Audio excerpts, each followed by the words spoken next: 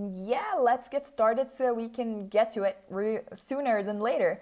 Welcome to Product Week, everyone, an event designed to help you level up your PM skills and career. This event is powered by ADPList, the biggest peer-to-peer learning platform in the world. If you want to learn, get mentored from the best tech talents in the world, discuss ideas and network, ADPList is the perfect match for you. We are 100% free. In this event, we are giving away an Apple Watch. For Product Week, we're giving away an Apple Watch kindly sponsored by Product Academy. All you have to do is share what you have learned from our sessions on LinkedIn and Twitter. Tag the speakers and ADPList. Details will be shared in the chat section pretty soon. Keep an eye out. Now for us to run the session smoothly, a few housekeeping rules. Please keep your cameras on at all times. Please use your real name on Zoom and Slido. Presentation will be, the panel will be 30 minutes, and then we will follow it up by a Q&A of 15 minutes. For the Q&A, we are using Slido to manage all of your burning questions. Scan the QR code behind me or click on the link in the chat where you can ask all of your questions. Please remember to send your questions with your name, since anonymous questions will not be taken. You can also upvote each other's questions for our speakers. The session will be recorded and we will share the recording as soon as it is available. Please check our landing page to get the recording. So without further ado, I'm going to start introducing our panelists. First, we have Katherine Chong, Product Lead at Stealth, Mareike, sorry if I mispronounced your name, Senior Product Manager at Worksome, Kamal, who is Chief Marketing and Product Design Officer at Weavit. And yeah. Weavit, thank you. And Ajal, Senior Director of Products at Worksome. Thank you so much for joining all of us today, everybody. And now I will pass it over to Ajal, who will be our moderator for this panel. Take it away. Sure. Hi, everyone. Good morning. Good evening. Namaste. Hi, this is Ujjwal from Bangalore, India. And I have great panelists out today, and they've already been introduced. So I'll jump right into the action I've got a bunch of, questions that I thought would make sense for the topic that we have today. I would be asking those in the next 30 odd minutes. And I would hope you will have a lot of questions on how to become a better mentor, how to become a better mentee. And please feel free to put them on Slido, as Helen talked about, and she would coordinate in the last 15 minutes. So jumping right in, this question is for everyone, and we'd start with Katherine. Why are you a mentor? Hello. So good morning to everybody. I'm on the East Coast.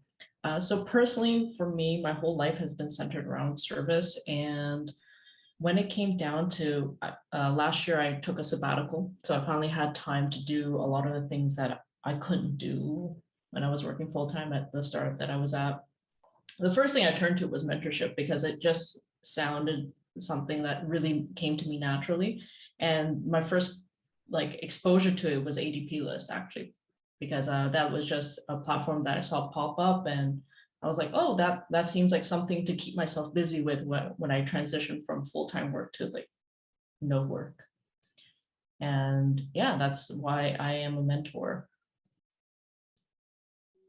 All right. Mareike, did I get the name right? Yes, perfectly right. Thanks. Yes, so I became a mentor by accident. I have a good friend, Dalia, who started off an initiative in Copenhagen, where I live and work, for a marketing mentorship. She was like, yeah, you should probably sign up just to have someone in the product marketing sphere. I was kind of like, yeah, of course, I will support you in this, but didn't really expect anything. Also because I was wondering, what could I ever teach people in the position that I'm at?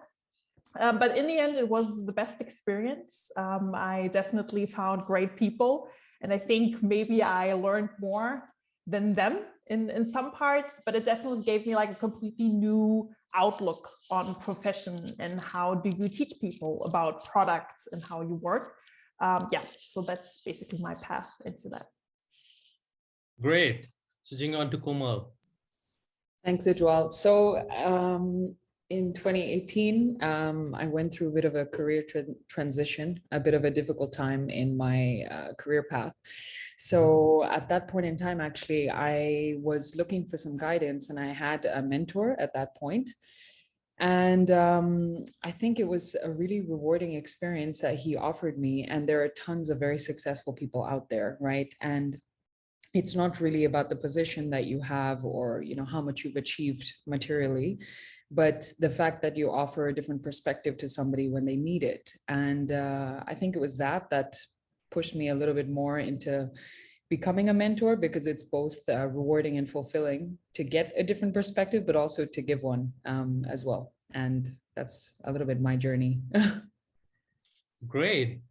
So yeah, exploring new perspectives is definitely the theme, I guess, that's coming out from everyone's answers, and of course giving back, right? So you've had a great experience from your mentors, and I think this is a great platform. Thank you, ADPList, for that. So giving us all this platform to give back. All right. So diving deeper into mentorship, what skills do you think? And I'd start with Kumal. What skills do you think are required to become a great mentor?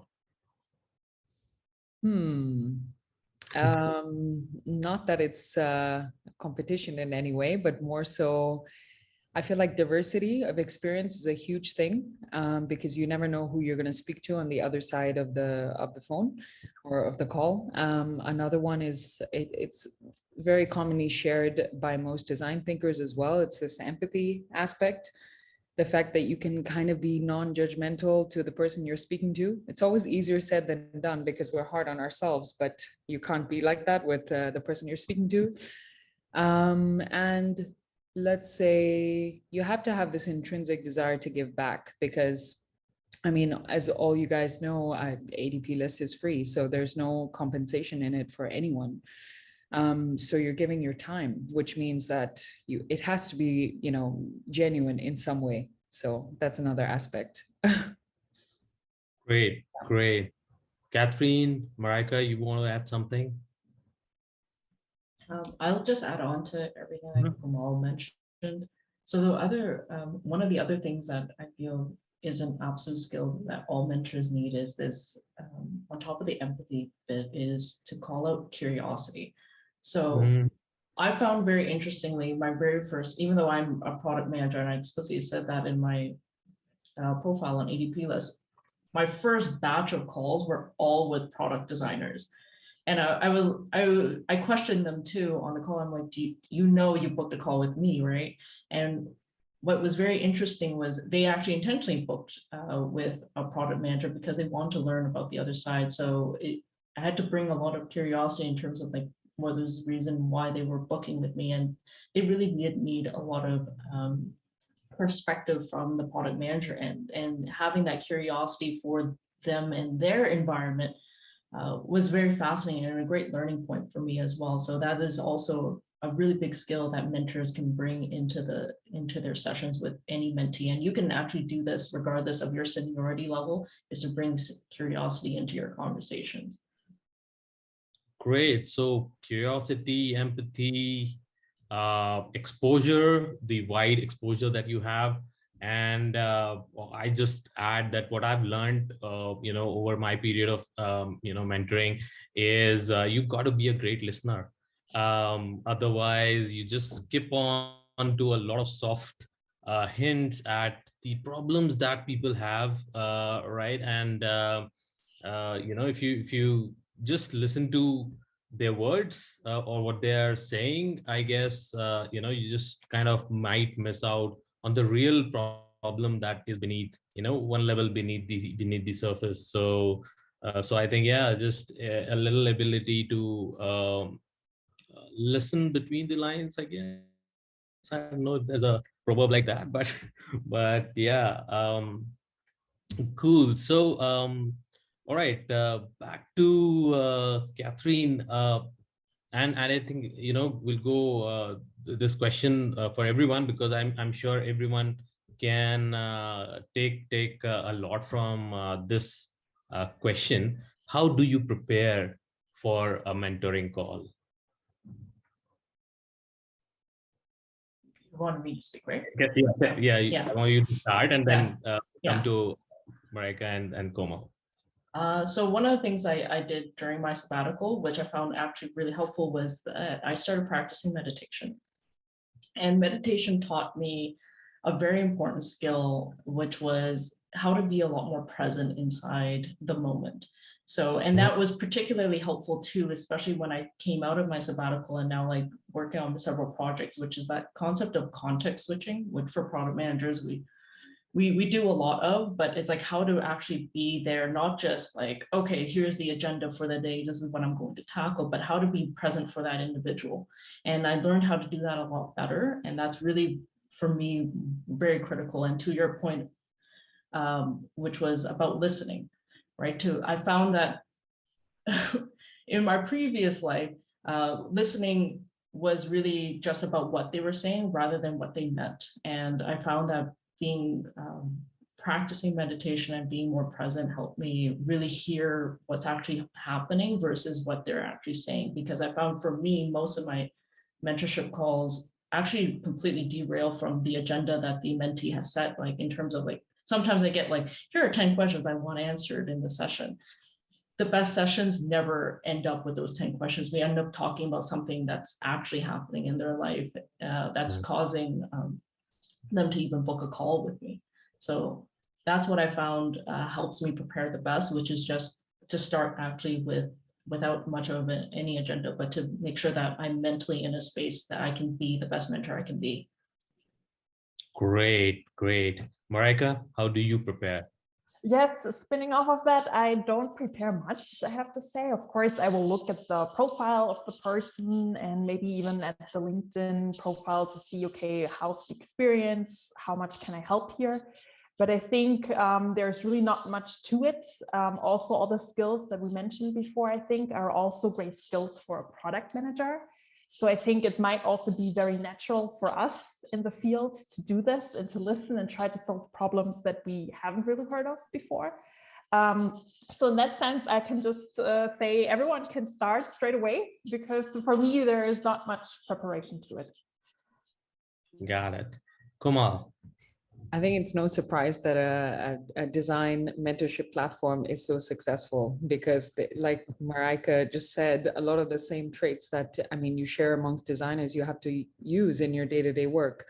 But I think what Katherine said is very true. You have to put yourself in a different headspace before you hop on a call, because it's not about you, it's about the other person. And I mean, we all have crappy days, and sometimes a mentorship call pops up in the middle of the day, so you're not always feeling like a conversation. So it's really changing your mindset. Yeah. Yep. Great. I guess one of the things that I like to do, and that has worked for me, I mean, after experimenting a bunch of different things, so the idea is that you want to be the best mentor that you can be for the person who's selecting you to mentor,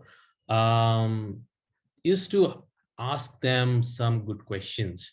So I look at the profile, I ask them what are they struggling with, what questions do they have, what is their agenda, and I try to ask them a few good questions. And I think in the first 5 to 10 minutes, if you ask them the right questions, I think that sets the agenda really, really well. And if you, as some of you pointed out, that sometimes the mentoring call then keeps, gets extended, goes beyond the agenda, and it just brings out the real issues and helps us talk about the real solutions, possible solutions to them. So yeah, great, great answers there. And also sort of segues into the next question that I had. So Katherine just talked about that sometimes it the session does not go as intended. It goes Ari, that it can lead to sort of conflict. Other you may find someone very depressed or negative. How do you help them uplift, get into a positive zone? Has that happened to you? And how do you help them get in and uplift their mood? Whoever wants to go first. I'll go. So I can talk to you about the most powerful change I experienced as a mentee when I was on actually a mentorship conversation. And it was when I got to see myself through like a mirror-like experience. And I felt so much encouragement, not because the individual was cheerleading me or trying to be my cheerleader in that case. I actually saw myself for how like hard I was on myself. So whenever I encounter a mentee who's particularly being hard on themselves and can't get to a point where they can motivate them, I often try to get them to see themselves through another lens, as if they were another person. And that encouragement is actually a lot more powerful than anything I could say, right? I could always be like, yeah, you're good, you're fine, like there's no problem. But it takes for them to see it for themselves, to experience that. So I found for me, whenever I just call out that type of behavior explicitly, that's really when they see it the most. And actually that happened to me when I was in a mentorship call. My mentor said to me, he's like, you get 10 out of 10 for vulnerability, for sharing that with me, but you get 0 out of 10 because you're so hard on yourself.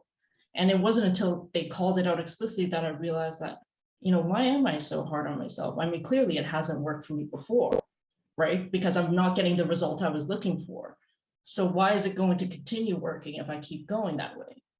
And it like for me, my certain learning styles, like I need to be smacked right in the face with that answer to see it for myself. And I'm like, wow. And that was really when I developed a lot more empathy for myself, and that's something that I want to bring into all the mentorship calls I have, which is like, I think you as a mentee need to have a lot more empathy for yourself in those calls. So that's something that I try to do whenever I experience a mentee who's having a particularly tough time. And often most of my calls are with individuals who, at least for product managers, are trying to transition into product management from a non-product manager role. So, yeah. Wow. I think that's that's great, and thanks for sharing that with us. I guess I've had just one instance where I asked this question, and I felt this is a really powerful advice that you also gave, Katherine, is that I asked that person, if someone asked you this, what would be the advice that you'd give them, right? And why are you not following the same advice? Right? So you know the answer, but what is stopping you from believing in it and going going all in and doing it is sometimes has to be told. And I guess that that is what a mentor can bring in. Komal, you want to add something? Yeah, I think what you're saying is super valid. Of course, another thing is that I feel like energy is quite contagious. So when you're on a call with somebody and you have your video on and you communicate with them and they're in a positive, you can't tell somebody to be in a positive mindset if you're not in one yourself, it Absolutely. just feels artificial. Absolutely. And it's very normal that you're not going to be in a positive headspace all day, every day. So it's just about being a little bit more, like Katherine said, a little bit more accepting of yourself and the state that you're in. But I think the second thing is how you uplift somebody is, well, like I said in the beginning, when I had a mentor, it was really helpful to just have another perspective. And I think having a consistency and having a stable energy that is, you know, positive, but not overly positive. It depends on everyone's learning style.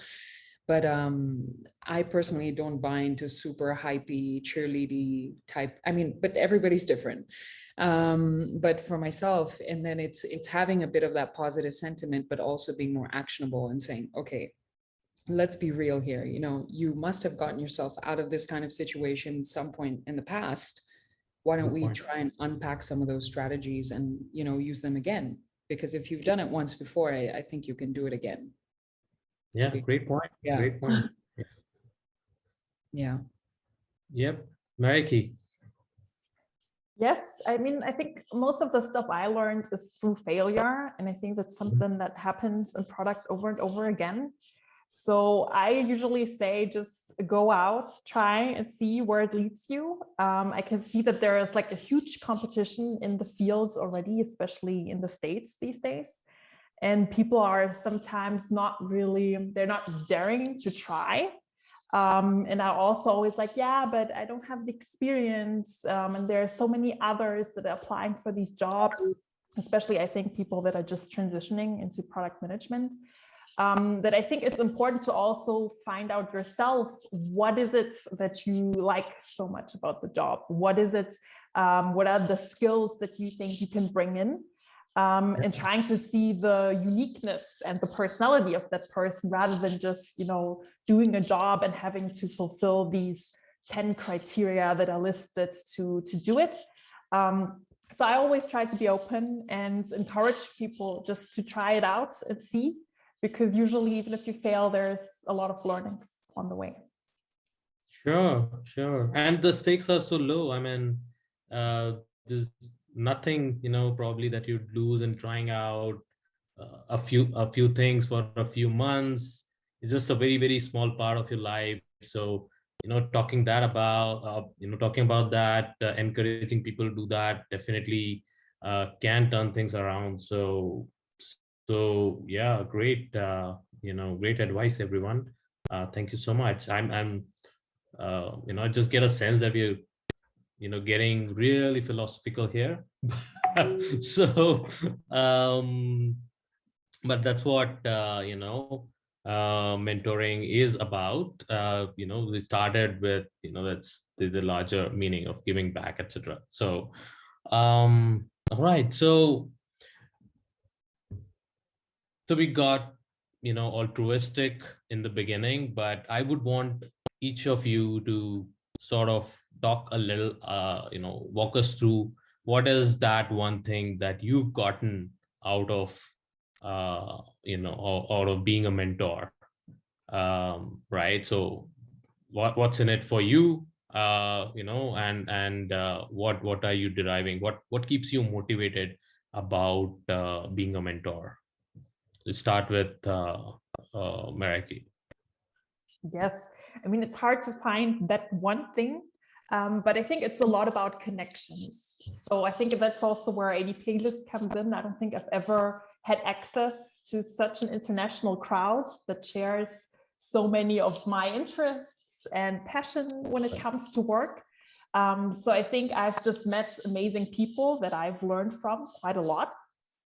And being able to just solve a lot of these mini problems on the side, which is something that I also love about my job in general, I think has been super rewarding for me. Great. Kumal? I'm going to piggyback on that. Problem solving is something I'm very drawn to. I'm drawn to challenging situations for some reason. But moreover, what's very rewarding is if you speak to somebody, even if you speak to one person and the outcome is them feeling more confident, feeling more, empowered, that's super rewarding. It's yeah, it's a very rewarding feeling, and it's something you can't really replace with getting paid for anything, to be honest. Yeah, absolutely. Yeah. Right. So the positivity that the satisfaction that you get out of, helping someone is what you think is the greatest Yeah, reward. like a Katherine, change of state, basically. Yeah. no, that's a great point. Katherine, do you want to add Yes. something? So back to my last answer, like obviously I have a greater empathy for myself, but I'll tell you another very selfish thing of why I do mentorship. So obviously with some of my experience, I often get mentees who've had very similar experiences to me. So it's not to say that I've solved every product problem that I've encountered in my life. Often with some of these mentees though, especially the ones that are a little bit further in their career, they often have problems that I had problems with and that I've never fully resolved. So what was interesting, and this was a recent call I had, we were both sitting there trying to solve that problem where I'm like, I was getting a little bit of PTSD. I'm like, oh my God, this is like the same problem I had in my last workplace. And we were both kind of collectively putting our minds together towards constructively working towards that problem. And then I realized that for me, I'm like, oh, I just learned something. Like that's how I could have revisited that problem. So if I ever encounter that again, this is how I would strategically get around that. So I'm actually through mentorship, actually improving a lot of my my mental frameworks, and also being able to call out my mental biases whenever I do mentorship calls, especially for product managers that are a little bit further along their career, because I actually get to revisit some of those problems that I never fully quite figured out yet. And I found that very rewarding because it's something that now I can talk about and teach in terms of like true retrospective. Right. Sometimes the mentees give you the right articulation to a problem that you is very diffused in your mind, but yeah, when they talk about it, like, yeah, right, that is the problem.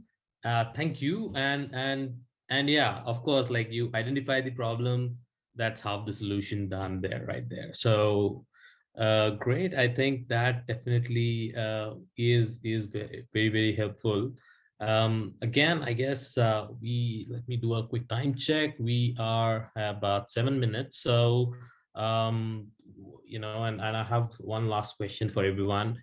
What is your advice to all the mentees listening here? How can they make the best of this platform or any platform? How can they make the best when they approach mentors as a mentee? What do you have to say about that? I think we can start with Kumal. Oh, I was going to think a little bit about the question, but okay.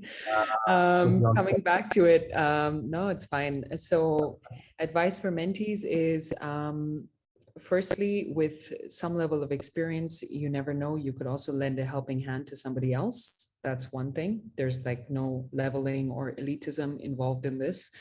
And the second is that if you have 30 minutes and you are using your time and somebody else's time to have a more constructive outcome, then try to really apply the stuff that you talk about rather than just talking about it. So yeah, that's probably one of the biggest takeaways, that very often we engage in dialogue and then don't actually action it. So my advice would be to action it so you get the best ROI on your time spent. Great advice. Yeah. Great advice. Great advice. Marika, you want to talk about what do you expect, your mentees to come prepared with? Yes, I think for the mentee, it's important to be prepared in what's the purpose of you reaching out. So when I do some research, I sometimes have my 3 big questions. And I think that's good to have, because otherwise it might become a very general conversation, which is nice, but as Kamal is saying, might not be the best outcome of this. And then I think find the right mentor. So ADPList is definitely scaling up with people that want to be there. And sometimes I also get a lot of requests where I'm saying, I don't think I can help you with this situation right now. So maybe spending a little bit more time and looking, okay, who's the person that could be the best candidate, instead of just reaching out to everyone. Right. Great. Great. Katherine? My advice for mentees is a little bit more of a tactical one, but it's the follow through for mentees. Oftentimes they book calls with us 30 minutes, and like in my experience, there are some mentees that will book more calls with you, or even just do like a simple message follow up. I've found through my experience that the ones who actually follow up and say, I tried that thing, or like consciously took your advice to heart, do experience better outcomes. Now, I'm not talking about that exact problem that they necessarily had, it's their overall journey. So I've seen people like completely change their career trajectory just because like they were mindfully applying that. So I would say, like, for a lot of mentees who are on this platform, one of the best things you could do for yourself is actually treat that time that you have with the mentor as a gift, and return it in one way or another, whether that be repeated calls booked, or even just following through and letting them know like what was the result or what your thoughts were after the session. That will do more for you than you will actually realize. Great. So prepare well, take action on the advice that you get, and follow through. I guess three people, three great advices, and because yeah, I was gonna say about the same thing, that there are a few mentees who would be excited about after the call, and then you not never see them again. And then there are a few who reach out on different other mediums like LinkedIn and Twitter, and they'll tell you, I just followed your advice, and this happened, and this has helped, and now I'm on to the next thing, and can you help me with that? And that feels so great as a mentor. Also, I guess I just feel that those are the kind of mentees that probably have taken more or made more from the conversation than a bunch of others that have probably not, that have disappeared, because I don't know if they really followed anything right, or follow through on any of the advice that I get. So that is that is great advice, everyone. And we are towards the end. I will just take the 2 minutes that I have and ask everyone, what is one secret weapon that you have as a product manager that you'd want to announce, tell about to the world today? Right, out of syllabus question. So what it could be a book, it could be an internet resource, it could be a framework process that you follow. What is that one secret weapon that has helped you in product management? Because we have all of us as product managers today. So we'll start with Katherine. Okay, completely like random, but also during my sabbatical, I spoke, one of the things I want to practice the art of was the art of conversation, though. So being able to walk into like a coffee shop and talk to strangers without any agenda at all, like not a research or anything like that, that has been the biggest boon in my career, because it's helped me so much in terms of customer discovery that I learned. Because now that I'm going back into a product role, I'm like, wow, this is so much fun. And yes, so practice conversation. Great advice. Kumar. I would say sometimes it's a vice and a virtue, but reading the room. So when you're speaking to stakeholders or you're speaking to other people, it's very helpful sometimes, because you know what to avoid and how to have the conversations, but it's also a bit of a flaw sometimes, because you can be wrong. And that's when you have to check yourself. If you're like, I have a bias right now kicking in. So yeah, so I would say that's one of them. Yeah. Right. Yeah, no, you're right. So all of us have different data, different exposure, different biases. And that's so true for mentors, and so true for us when we are mentees, as well as when we get mentees, talking to us, and to let them, show them what is the gap in what is the bias, and then letting them decide. I think, that's sort of a superpower mentor can have. So yeah, great thought there, Kamal. And yeah, we'll end with Marika. Yes, I guess it's staying humble. And sometimes you're the experts in the room, and you're basically the only person who knows that, because sometimes you just have to let other people talk and let them get to that realization themselves, just also to be a little bit more strategic. But I think just being vulnerable and staying humble is also very important in that. Great advice. That, yeah, I take that. And I'll go back to Helen. Helen, do you have questions for us from the audience? Yes, we do. Thank you so much. I think I can speak for the audience, a lot of insights. Thank you so much, everyone. So the first question we have up is from Marvin. What is the difference between mentorship and coaching? Do you differentiate between the two in your approach when working with people? Please elaborate. All right. I think, yeah, a lot depends on the semantics and the platform. I think mentoring versus coaching, I'd say pro coaching is more, more like training, getting you from stage A to stage B to stage C, and thereon, making, helping you practice or be better at the art and science of whatever you're doing, right? It could be sports, it could be product management. But mentoring is sort of where you um, you get some bottlenecks during the coaching or during the training, whether it is self training or you're being coached by others, and and you need someone to get over those hurdles beyond your coach, and I think that's where it's different. It could be one time thing, but coaching definitely cannot be a one time thing. It's probably spread across a time. That's what I think of the two words, but I'd be happy to listen to thoughts from other mentors. Just wanted to chime in a little bit. Coaching, I feel like, is a little bit more unidirectional. So it's kind of like you have to tangibly improve in a certain area.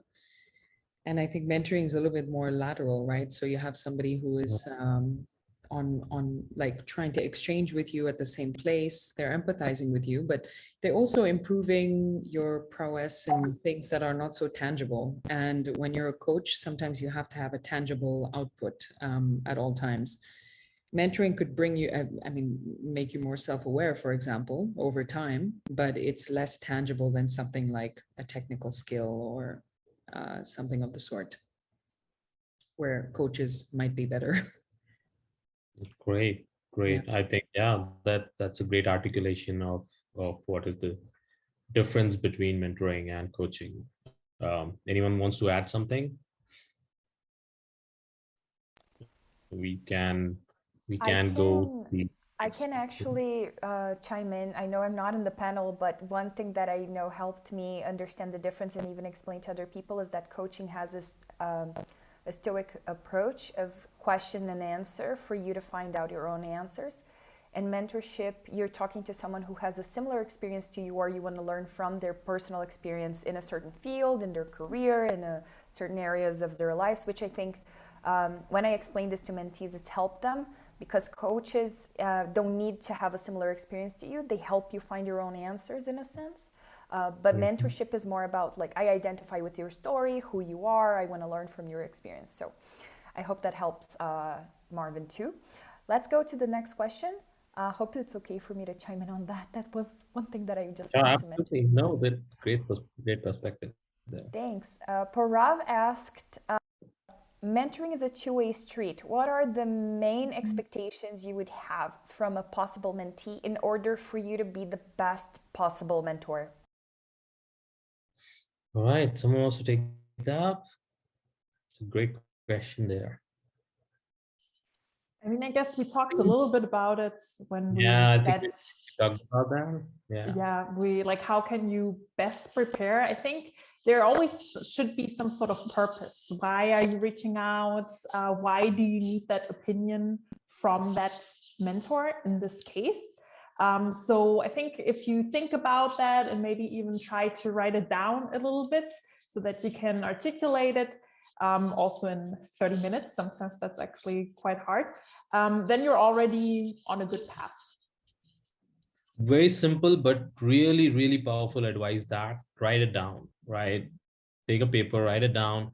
I think I try and do that myself a lot, that when I feel overwhelmed, when there are a lot of things on my plate, or whether it is an emotional overwhelm or there's just work, I just try penning it down, bringing it out.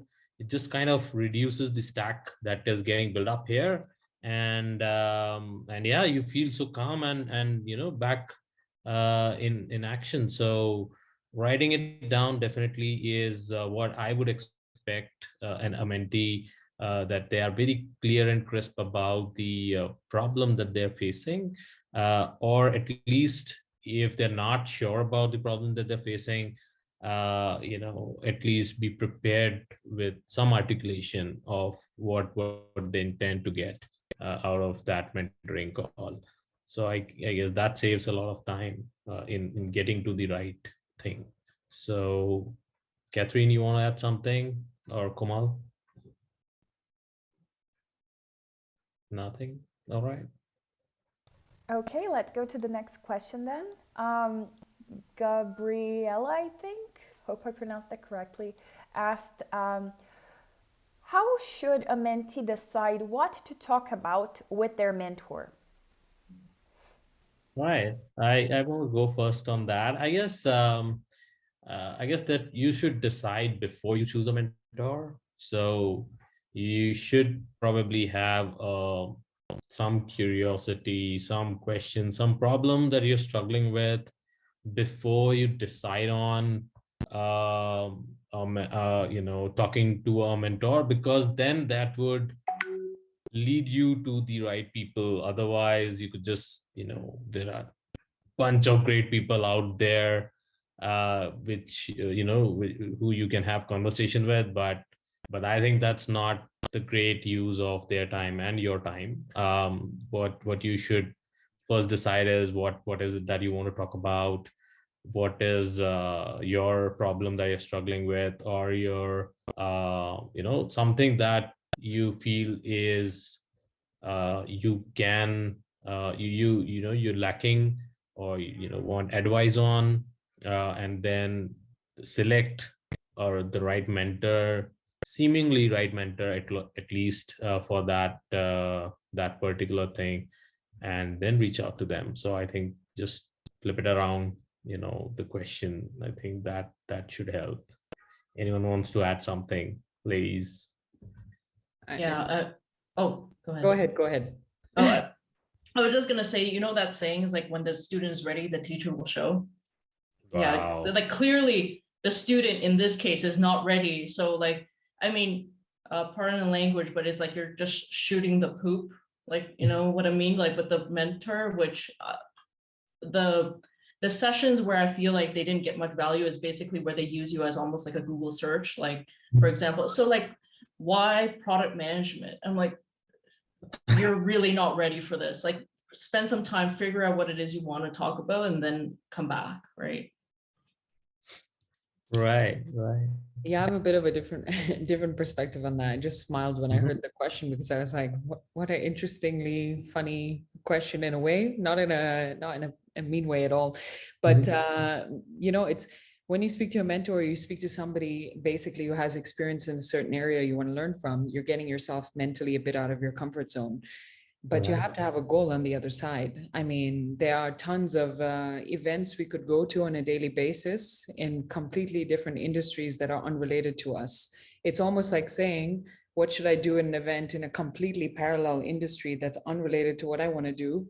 Well, you don't go until you're ready to actually expand in that particular area. It's pretty logical. I mean, you should also think of your time as something a little bit more finite. I know I certainly didn't when I was a little bit younger, and I know over time it's just going to become more and more prevalent to me.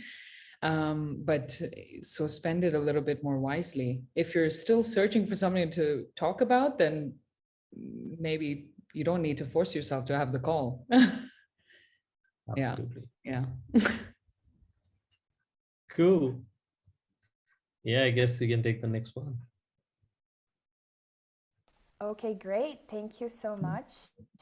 Next, we have Aduku asking, what's the best way to propose a long-term mentor-mentee relationship to a mentor? And are there cues to let you know if they will be welcome to commit to it?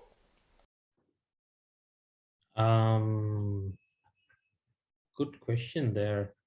I guess I've come across very few people who've come back and become sort of have had multiple sessions on ADPList and beyond it. We've met over coffee and had interacted and exchanged notes, etc. So I guess there's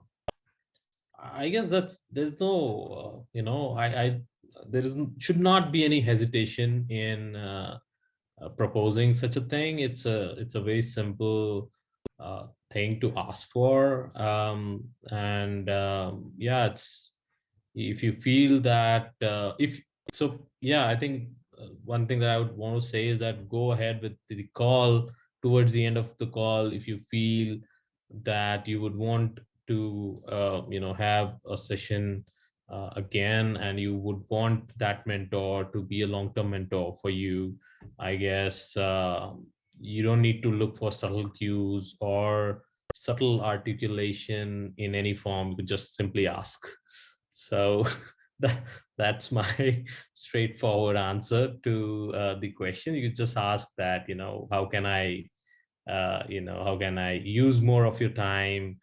Do you I do not would not find it offensive if someone asks that is it possible to have a sort of more of your time for this thing, and we could also discuss what can I do for you. It could also be some sort of coaching, payment, training model, sort of thing. And I don't think people would so people could deny or consider or say yes if they're already doing something like that.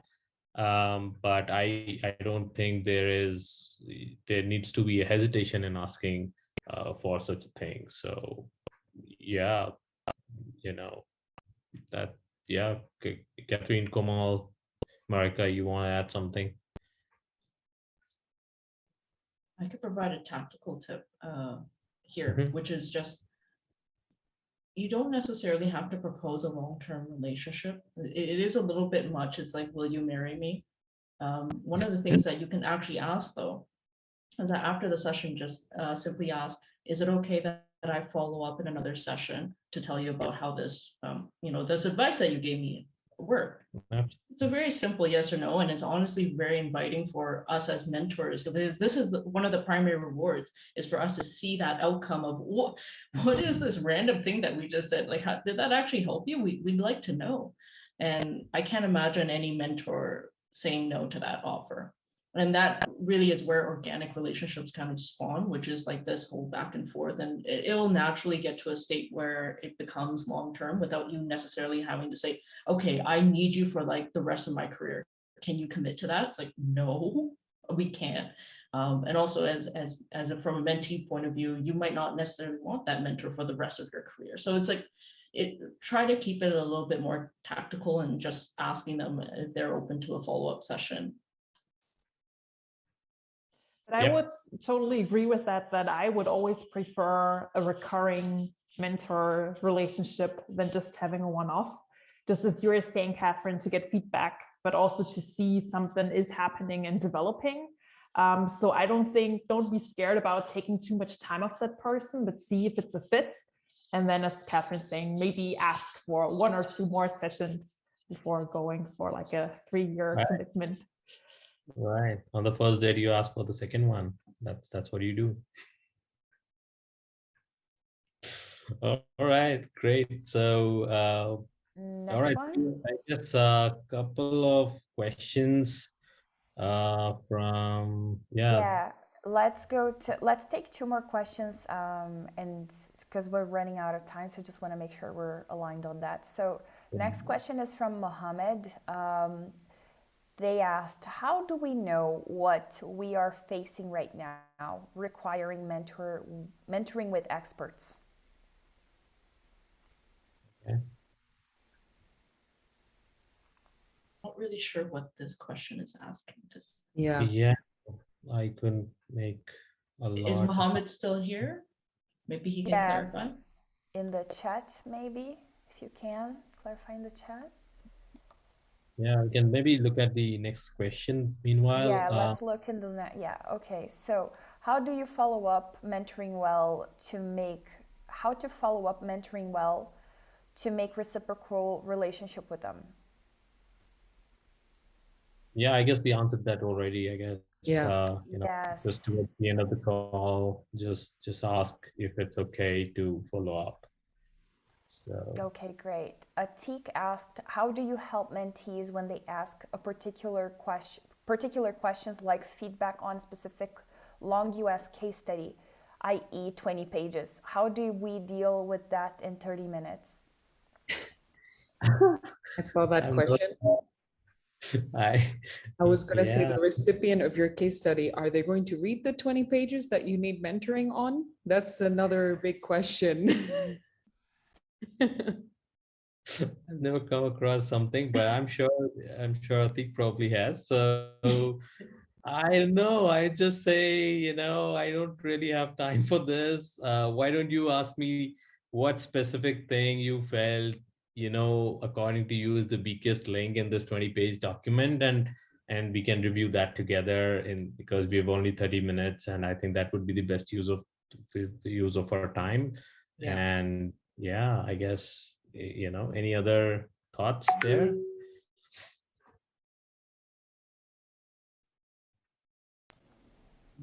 I think you're basically touching on the fact that they should distill to the most important takeaways, right, from that case study. Right. So I'm hearing like prioritize, make sure you communicate to the mentor what in the 20 pages you need help with, right? Yep. I think that's okay, great. Yeah.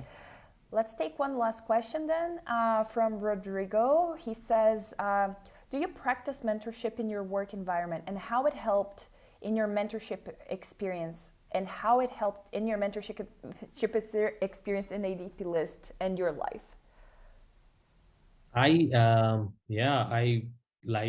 love that question. I do. I think the more you do it, the better you get is the mantra in mentoring, right? For a lot of things, right? So the more you do it, the better you get at it. So I personally have a learning track that I have initiated at my organization, and we do monthly check-ins on about what are their weakest points, about what are their weakest competencies, and how can we focus the next 1 month in developing that or improving that.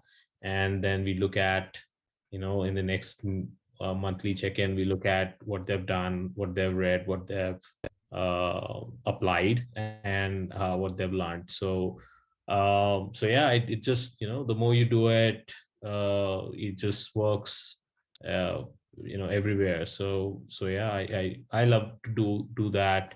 What I do for ADPList, I love to do that for young PMs and in my organization and in my network. So yeah.